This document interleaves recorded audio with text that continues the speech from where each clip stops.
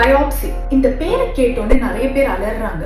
Biopsy பண்ணணும்னு சொன்னா ஐயோ எனக்கு கேன்சர் இருக்குமா அப்படின்ட்டு. பயாப்சி அப்படிங்கிறது கேன்சரை டிடெக்ட் பண்ணக்கூடிய டெஸ்ட் மட்டும் கிடையாது. ஸோ பயாப்சி பண்ணணும்ட்டு வந்துட்டு உங்க ஸ்கின் டாக்டர் உங்ககிட்ட சொல்றாங்க அப்படின்னா கேன்சர் தான் அப்படிங்கிறத யோசிக்காதீங்க.